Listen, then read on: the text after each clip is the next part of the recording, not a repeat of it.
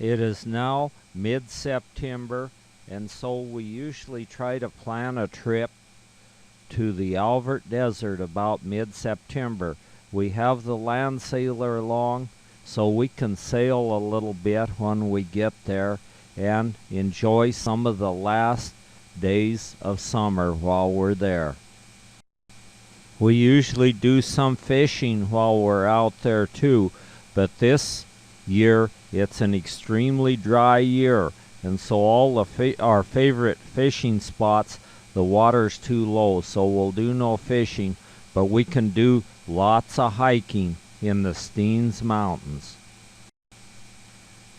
As we push southward, the sun is setting very low in the sky, so it's going to be well after dark by the time we get to the Alvord Desert. We got such a late start this morning, and it is very dark by the time we get there, and jackrabbits are darting across in front of us all the way. By the time we reach our camp, the moon is up in its last quarter. What a sight. According to National Geographic magazine, the Alvord Desert is one of the few places in the world where there is relatively no light pollution, so the stars and moon are great here. The next morning, I met up with Hannah. He is out here sailing as well, and there's no wind, so we decided to go for a hike up the Steens Mountains and look at some of the old Mercury processing equipment. Everything's built of old car parts. We ride the Honda up to where the old miner's shack is. Then we hike around there and look at the old Mercury mining equipment.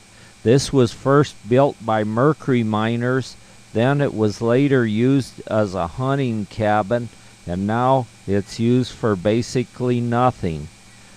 It looks like someone has gone in and cleaned it up and maybe spent the night there. It's too bad it can't be fixed up. We hike up to where the first Mercury mine is, and we're going to have to climb the mountain. This is their haulback cable for letting the Mercury down to where the cat had pushed the road through, where they could haul it down and process it. The cinnabar was mined up here, hauled only a short distance, and then it's heated in what they call a refractor, and the mercury flows out of it, so it's something that can be processed in the field by the miners real easily.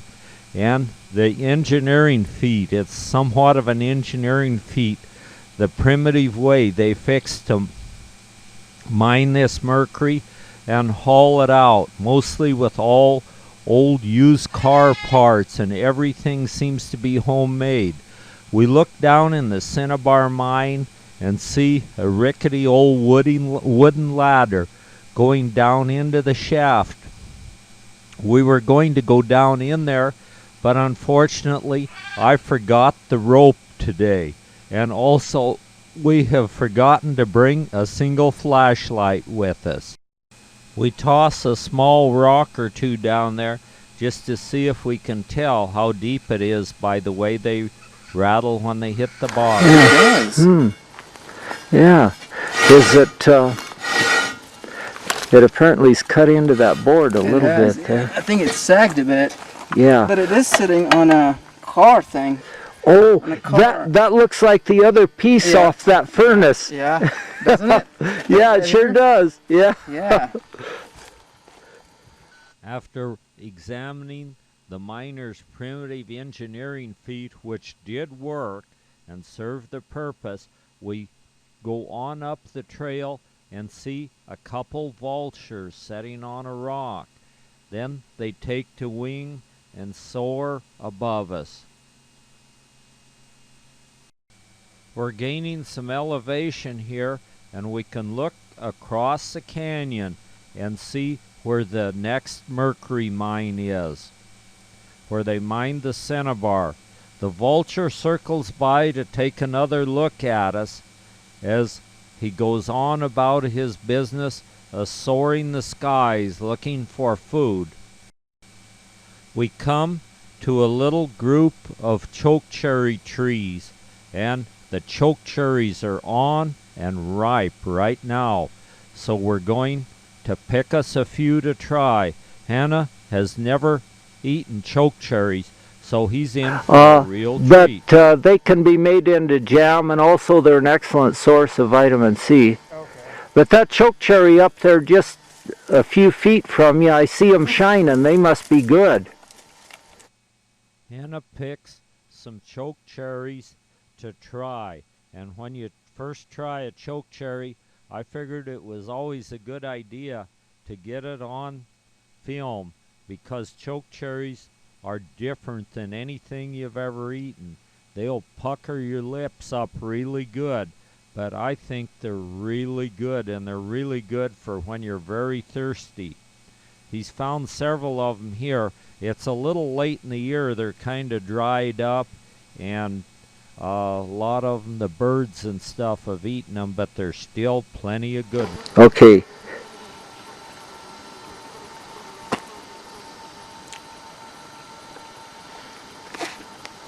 How was that? Sweet? But puckery is fury, huh? Pretty good. Yeah, I really love them. Yeah. Not bad at all. The secret to eating chokecherries, you should eat a whole handful at once, Yeah. and then you don't notice the pucker. You eat it with a pucker?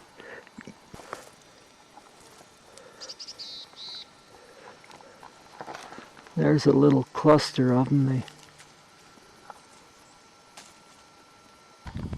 Next, we found part of the old equipment that was used to melt the mercury out of the cinnabar. And I guess they would heat this cinnabar up really good and then catch the vapor from it. And then when it cooled a little, it was mercury. It's a double-barreled outfit, and we couldn't figure out what they fired it with. But we did see several old oil barrels around, and we figured maybe this worked kind of like an old blowtorch, and they fired it with oil. So we're going in the cinnabar mine. It's so dark in there, and we've forgotten our flashlights, so we won't be able to go in very far, but at least we can go in a little ways, and it's like an air-conditioned room. It's sure nice in there. Since we've hiked up this far, we decide to hike on up to the summit and take a look over in Pike Creek. It's only a mile or so up there, and the scenery is well worth it as we climb up to look over in Pike Creek near the summit of the Steens Mountain. It's just a really nice warm day today, and we thought we might see some mountain sheep. There are usually always mountain sheep here, and we've made it over to where we can look over in Pike Creek and see the Alvord Desert out beyond us, and away beyond it we can see Coyote Lake right on the summit, and the rock formations are stunning up here, the way they've eroded away by nature. And we're right near the head cliffs of the Steens Mountains. If we can't go much farther up here because we can't get up the Steens. We start back, and there he is, a rattlesnake. He's got a little bowl he's wiggled out and carved in the rocks, and he's laying there. Rattler? Yeah? Yeah, I'll do something to him, and you'll get to see.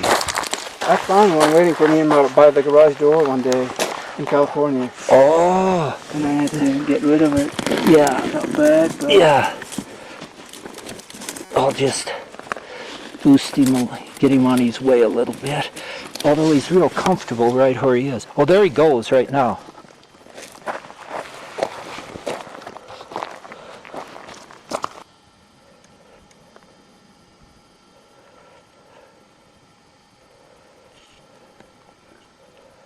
Yeah, he's a beauty. We hadn't intended to spend the entire day up here, but it was kind of a long hike up here, and the sun is setting low in the sky by the time we get back down to where we're camping.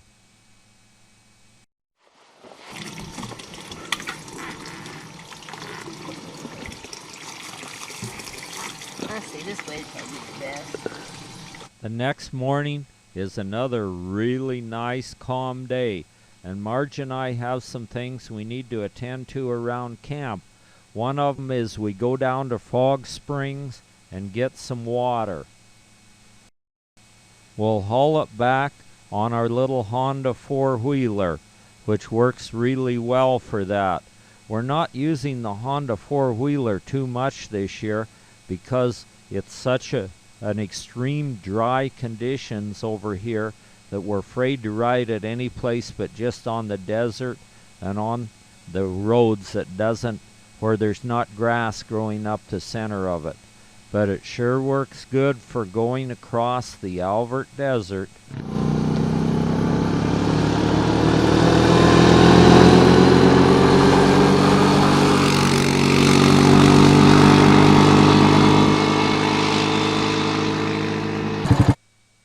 After we bring our water back to camp, Marge wants to go up and check the peach orchard and see if there's some peaches. Most all the peaches have fallen off, but we pick some off the ground and they're really good eating. Next, we're going to go down and try the hot springs. The pipes that are leaking are what carry the water to the hot springs. There's even a dressing room. And the sun, before we know it, is setting low in the sky, and it's sunset once again. The next morning, Marge and I decide to get on the Honda and cross the Alvord Desert and see what kind of wildlife we can see over in Big Sand Gap, which is clear across the desert.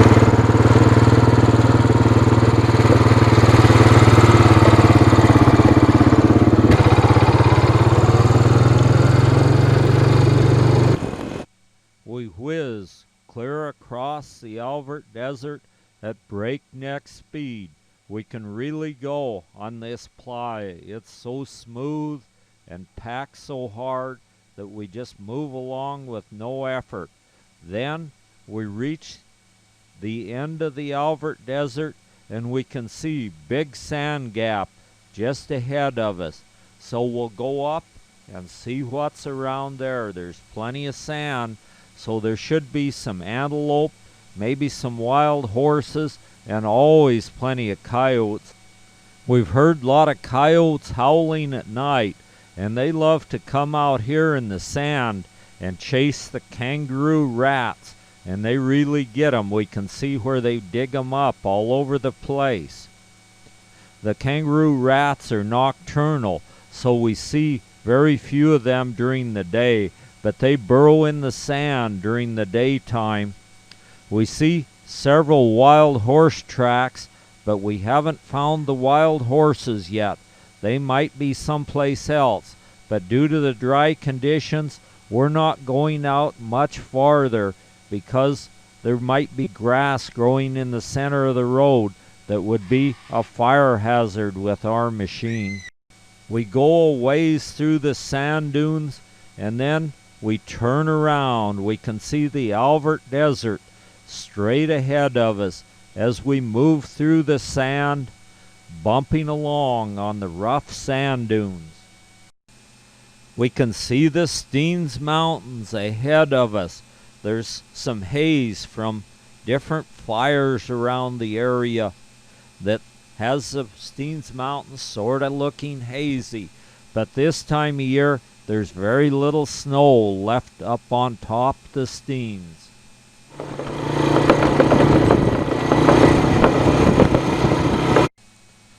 By the time we get back, we find that Frank's arrived. So we're going to take our land sailor down and unload it and start putting it together. and maybe we'll get some wind to do a little bit of sailing.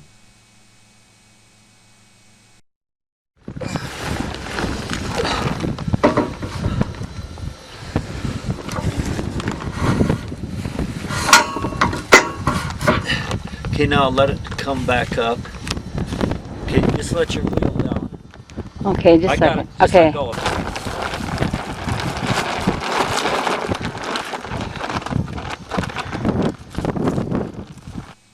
The wind is already starting to rattle the sail a little bit, and there's some clouds in the sky, so just maybe we're going to have some wind where we can get a good ride across the Alvord Desert. Frank already has his sailors put together, and he's sitting there just waiting for the wind, and his wind sack is starting to fill with wind. It just looks like maybe if we're really lucky, we're going to be able to get a good ride across the Alvord Desert.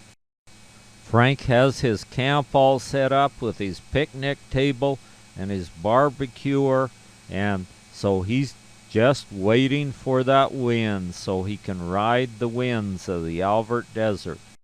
And then finally, when I just barely get mine put together, it's time to go, and Frank is out there testing the wind right now. Looks like my sail's filling too, so I'm going to get on and we're going to take off across the Alvord Desert. Marge is riding along with me and manning the camera as I have both hands busy working the sail, and we steer it with our feet as we get our sail full of wind and take off. The cracked surface of the playa hums as we head across at a decent speed, and the sun is shining on the playa, making it shine almost as if it were water.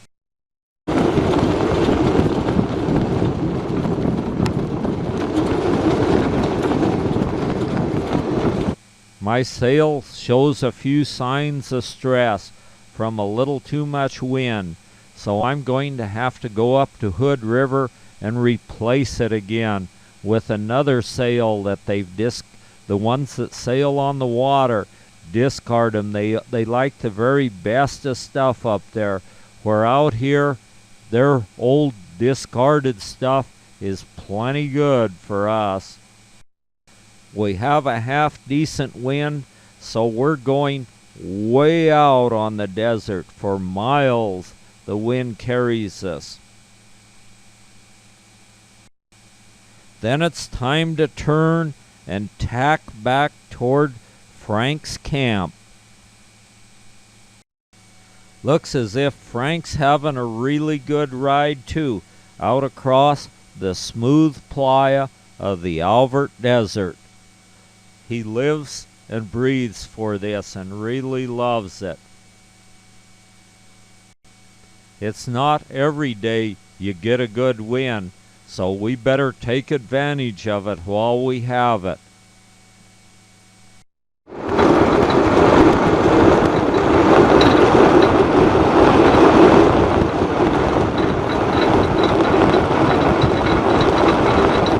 The wind continues to blow as we move across the desert at a really good pace.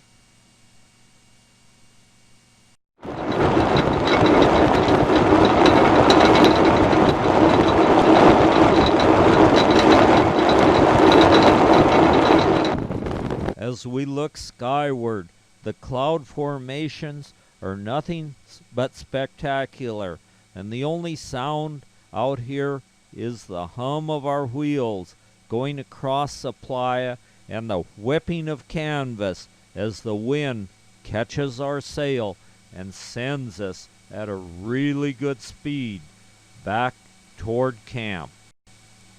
A few dust devils are starting to kick up on the horizon, and that's a good sign. Usually there's always a real good stiff wind right in front of the dust devils. I'll sail over and get close to the dust devil, but not go in it. If you go in it, you might be in for trouble. And there's a little bit of dust starting to kick up out on the playa. So that's a good sign the wind's going to continue. As the sun sets lower in the sky, our little wheelbarrow wheels seem to be humming across the playa at a good pace yet. By now we've sailed quite a ways, and the sun is shining on our sail as we head back toward Frank's camp. We're going to have a potluck dinner tonight, and so most everyone that would like is going to show up for a salmon feast.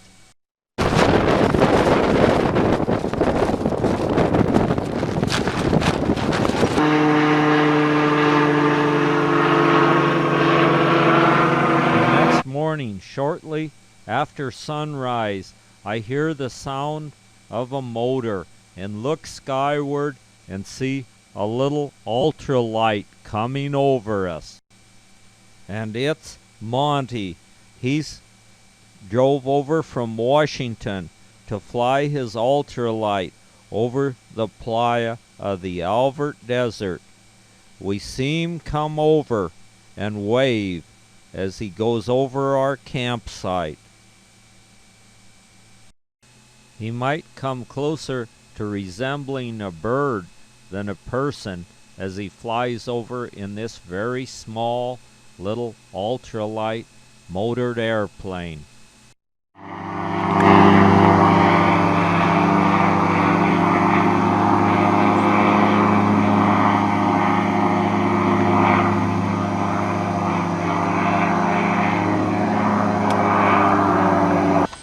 Marge and I got on the Honda and went out to check some water holes.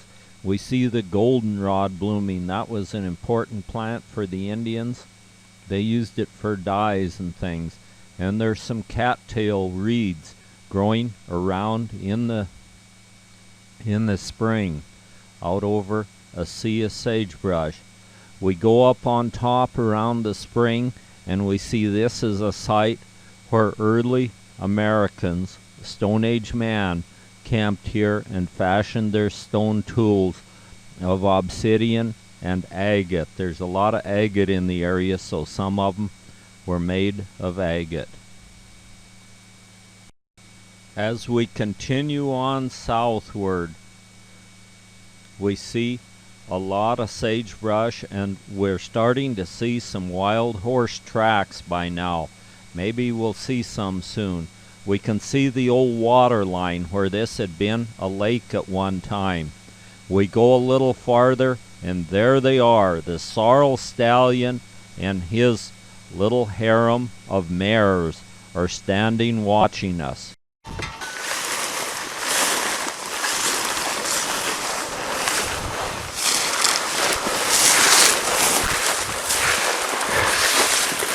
Do you see them? We'll try to get on this high spot right over here, and we should be able to see them then.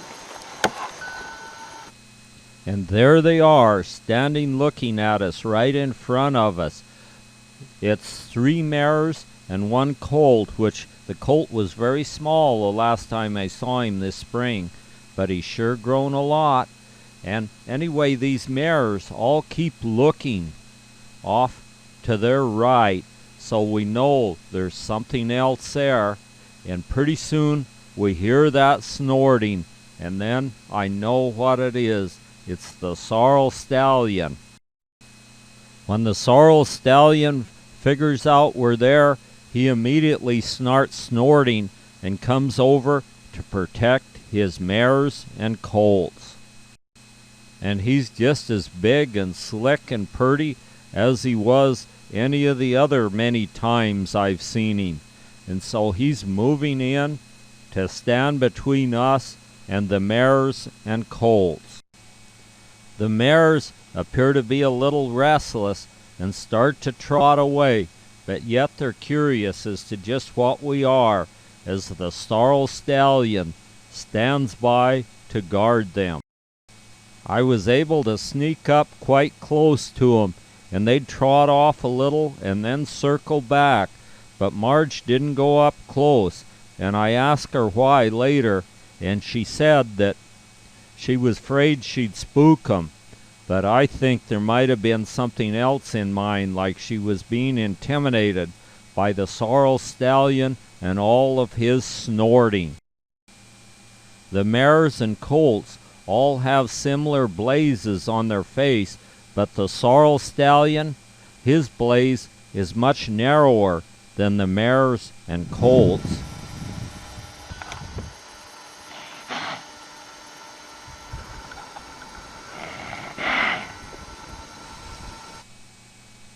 The sorrel stallion is trying to intimidate me and get me to leave. That would be easier than for him to have to take to hoof and leave.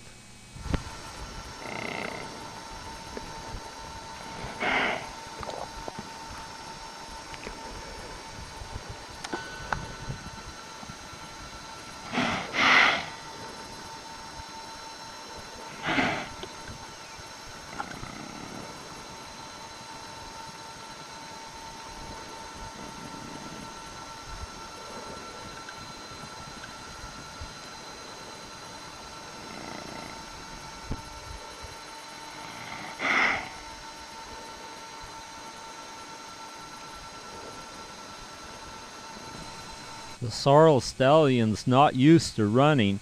He has very few enemies out here, and he's never been domesticated, never had a rope or a saddle or a pair of shoes on him, so he's used to having his own way, and he'd just soon drive us off.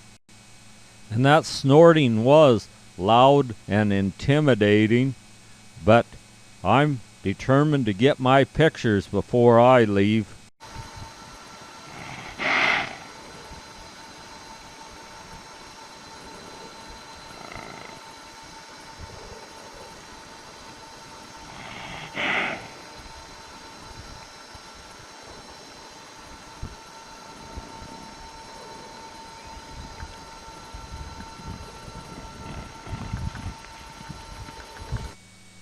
In a cloud of dust, the mares and colts and even the sorrel stallion thunder off across the dry desert.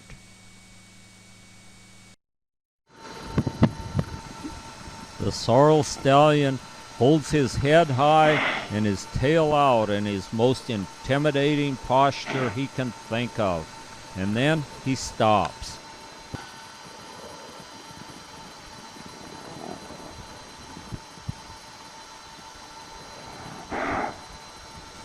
The quiet desert air is again interrupted by the thunder of hooves and the snorting of the sorrel stallion as he gathers his mares to head out in a cloud of dust across the desert.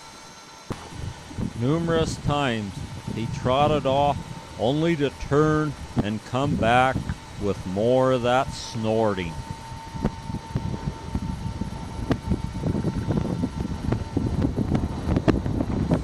Then, in a cloud of dust, they all disappear out into the sagebrush plain. A jackrabbit relies on his camouflage to hide him as he hops under some sagebrush and just sits there, and then hops off to only to go behind another sagebrush and just sit there. We can see where the wild horses have been feeding on some of the poorer quality reeds around the edge of the spring, and also some of the better quality grass. We decide to go up and check and see if we can find some agates up at the agate mine. So Marge wanted to get her just a few to bring home. Just a giant piece of agate cemented to the rock. from our high perch. See Tule Springs.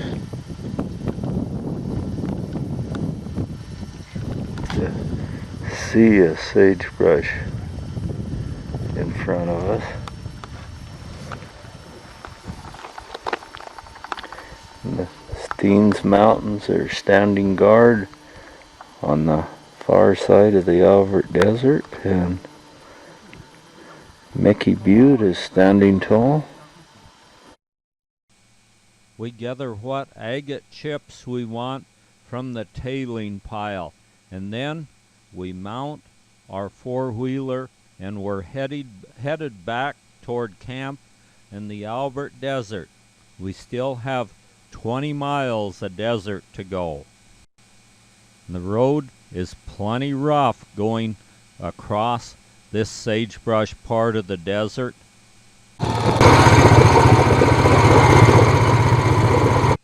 Our next stop will be the old windmill, standing alone out in the middle of a dry desert. It used to be they ran a lot of cattle out here, although ranching practices have changed somewhat. But the windmill is no longer used, and the wind has taken its toll on it. I'm going to climb up just a little ways on the windmill so I can take a look around at the countryside from a bird's eye view. We can see large stallion piles at various places around the desert where these wild horses go. They always go at the same spot every day when they're in an area. That way, if another horse comes in, he can get all the information about the stallion just by a quick sniff. And he immediately knows whose territory it is and how long it has been since he's been there. The drifting sands have piled high in some of the areas here that we have to go through. There's certainly not much vegetation out here. No wonder desert ranching like this takes 40 acres for one cow. And we're hungry by the time we get back to the hot springs near camp, and so I'll go down to the hot springs and get the potatoes and stuff we put in the springs that's already cooked. I'll get it out and we can have a good hot meal. We've been hearing lots of coyotes howl at night, so the next morning, bright and early, I get up and go up on the hill where a lot of that howling was coming from, and I take my coyote call, put my coyote suit on, which will camouflage me where they won't be able to see what I am.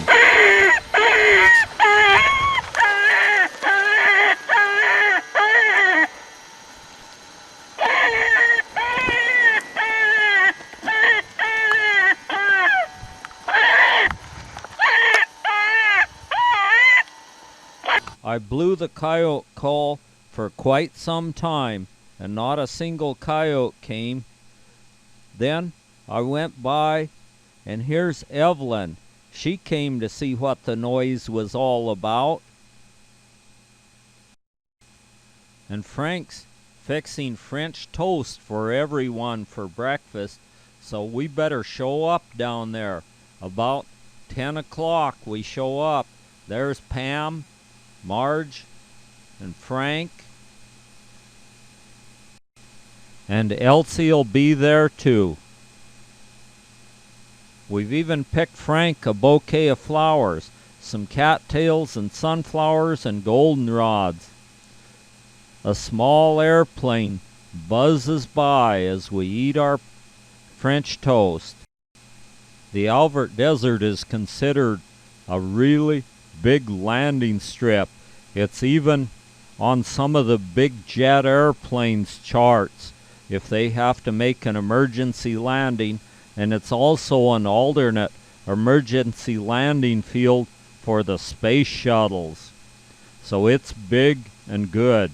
Well, It looks like our breakfast is big and good too, and everyone has a smile on, and Frank's doing the cooking, and Elsie's standing by.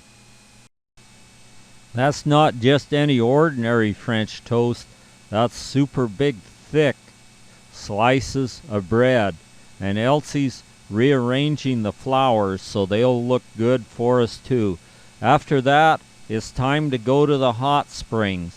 Due to the warm weather, we don't need much hot water coming in, so the pipe that brings the hot water from the springs above is plugged, and it looks like it's got plenty of leaks in it. The hot springs is good, just like always, and still the old tubs are out in there. The old washer and dryer tubs are in there, and they serve very well as seats in the hot springs for those who want to sit down.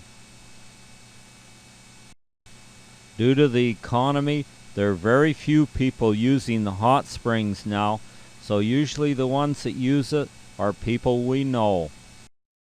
It's getting close to the time where we have to leave, so Marge and I decide to get on the Honda and go out across the north end of the playa, get off on a little road, and go see Mickey Hot Springs. We see a volcanic dike going at an angle up Mickey Butte, and another volcanic dike down below. This is rock that's slightly harder than the other, and it flowed in a crack in the rocks. From here we see a little playa, and above it are some very nice, unusual formations. These were all carved by wave action when there was water in what is now the Alvord Desert, or part of the Great Basin. We find an artesian well that's really flowing a big stream. The stream from the artesian well has made its own little swamp here and a little creek running from it. We'll go over and check the swamp out and see how big those cattails are. Marge will check the water in the artesian well just to see if it's warm or cold.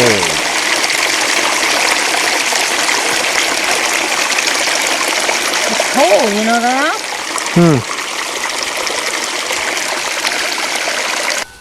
And these are giant cattails growing in this little slough. I would judge they're about 12 feet tall, and they have a seed head on them that sometimes is nearly 2 feet long.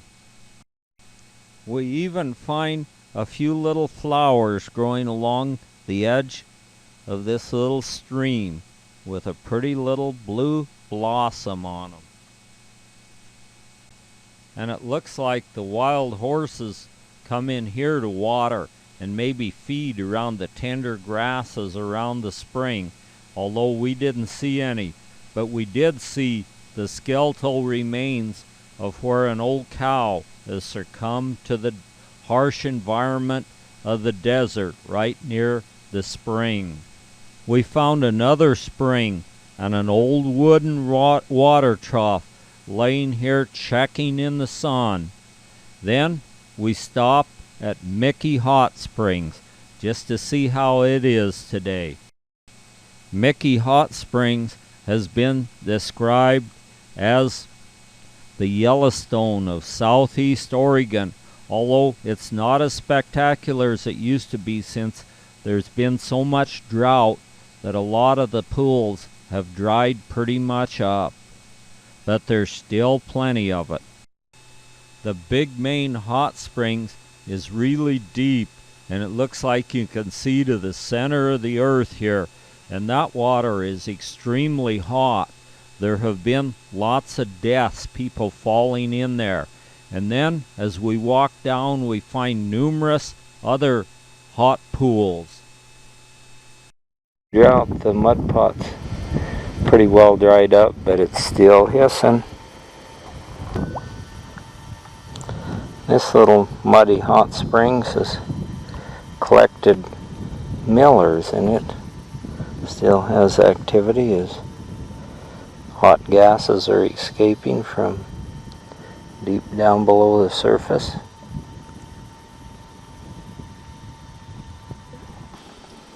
More places where steam's being vented.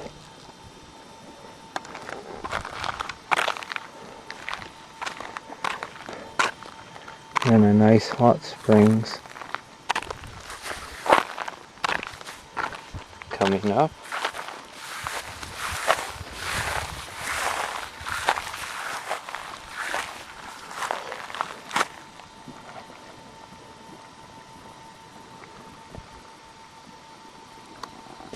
Plenty of activity at the springs right in front of me.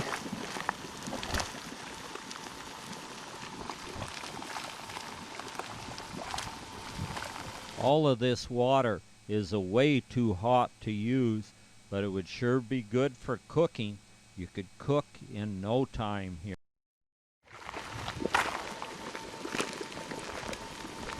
A crack in the earth where hot gases and water are escaping.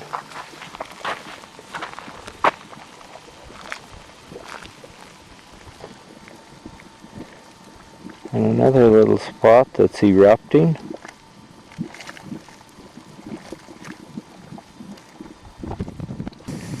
Must be a steam release vent right in front of me. And more small hot springs. Very interesting algae pattern right in front of me.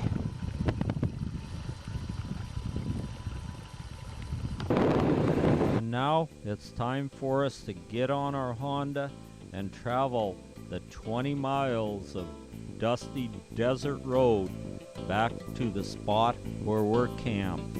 And we're going to start packing to head home, I guess. Although I'm not ready, but we have to get home and deal with things at home.